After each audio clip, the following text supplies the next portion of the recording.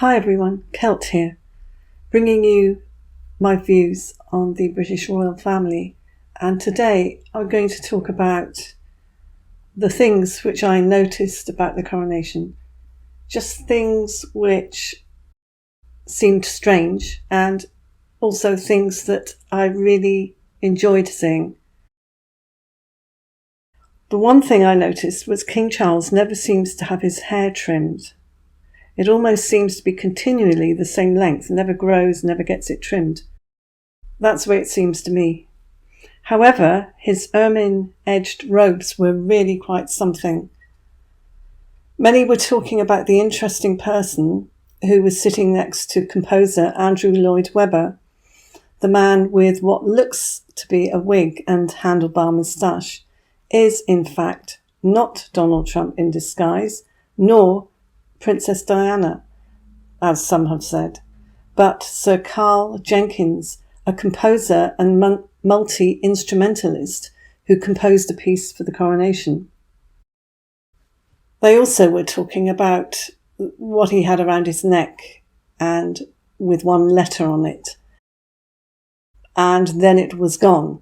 So I think it was a simple fact that maybe the letter was on one side of it and it turned around and then the other symbol was on it. I don't think it's a great mystery.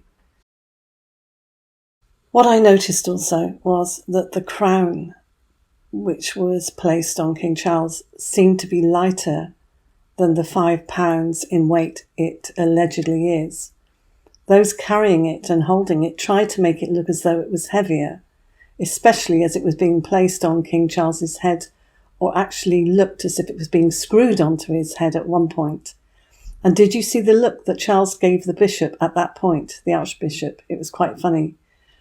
I would not have noticed that it was actually lighter in weight until I saw the Archbishop holding it for a few seconds, as if trying to make it appear heavy with his hands and his fingers splayed, pausing, then slowly and with deliberation lowering it onto King Charles's head as if it were heavy, but the way it moved showed to me that it was not that heavy.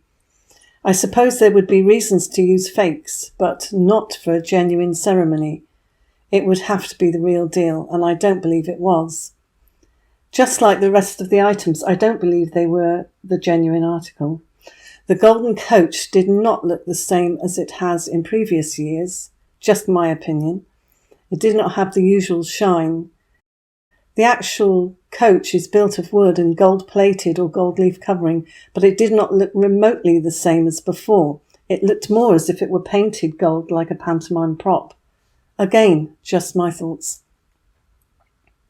The dark figure walking past the open door during the coronation, which many said resembled the Grim Reaper, was quite disconcerting, and we still have no real answer as to who or what that was.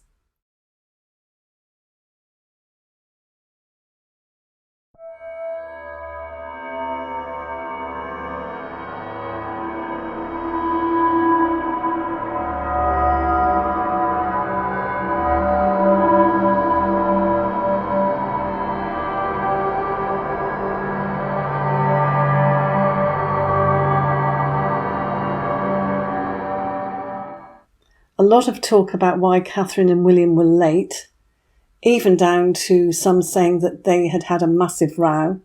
I don't believe that at all. And I don't believe that the children played up. Timing is everything. Also, protocol is always followed for something like a coronation. They would not have been late unless they were meant to be late. They would always make sure that they were ready a long time before actually leaving. And they always have backup vehicles, so you cannot say that the car broke down. I believe this was intentional. Also, it was intentional that Camilla and Charles were exactly 6 minutes early. Numbers are important to them. The red feather on Princess Anne's hat was the highlight of the whole day. Harry was truly feathered, just as Meghan was candled previously. The red feather from Princess Anne's hat, blocking the view of Harry's face so many times, from so many angles, There are various photos of this, and it reminds us of when the large church candle blocked Meghan's face at the Queen's funeral. How perfect. I was hoping that Harry could manage an hour or two without scowling, but no, he couldn't. At one point you see him scowling at William and his children. In fact, I think he did it more than once. There was also one point where Charles was looking over to see Harry, maybe to catch his eye as he was walking out, but Harry was not even looking at him, but glaring again at his brother. A picture paints 1,000 words in that one for sure. There was very much about that day that was beautiful. The children and Catherine looked amazing. Camilla looked regal and quite amazing in her outfit, but she had a strange look on her face quite a lot of the time. Again, maybe just me, but it was quite noticeable. There was something not quite right. I could not put my finger on it at the time, but in retrospect, I realised there was no real joy during the coronation ceremony. I sensed no excitement nor joy. In fact, it seemed quite sombre and almost depressing. I've spoken to others who have felt exactly the same thing.